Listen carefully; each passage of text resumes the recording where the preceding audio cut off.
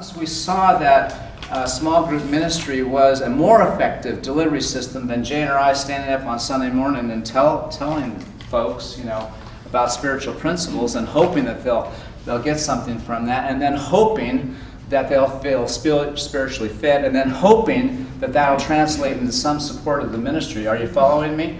Isn't this our way? So we put all of our eggs in the Sunday's church basket, thinking that that's where we're going to be supported, and that's what's going to, be our key to success. And so as I began to consider spirit groups as being a delivery system of transformation, it then occurred to me that mission critical to a mission-centric ministry is the mission. If you're wanting to create a context that ensures that this will be supported through its long term, as opposed to just another add-on feature that we're featuring the flavor of the month, the spirit groups, instead of doing that, if you're wanting this to be long term, then do what Jane and I have done. When we got to Unity Spiritual Center, we discovered that they're weak on their mission. Sort of like this.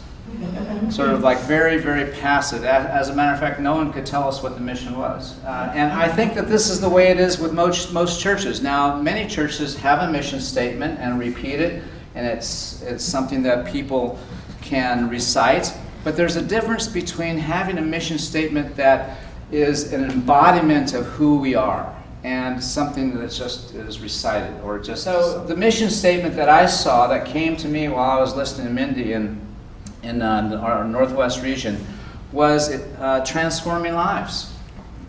That's it. That's the mission. The mission of Unity Spiritual Center is transforming lives. That's our mission. But when we really get down to what we want to promote and how we want to facilitate an evolution from minister-centric to mission-centric, then we have to have something that everybody can experience, not just recite. In other words, until we have a mission that we can embody as the people so that we can be evidence that our purpose is real, then we're simply practicing a memorized statement, and somebody else is going to be fulfilling that.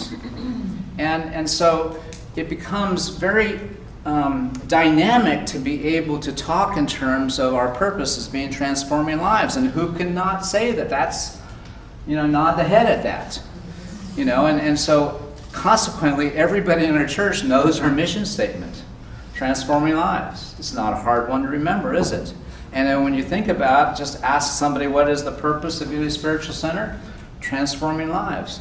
And what's more is that you could interview almost anybody at Unity Spiritual Center who's been there since Jane and I have been there, and they can, almost all of them say, we've experienced what our mission is, transforming lives. And we know how to communicate that to other people.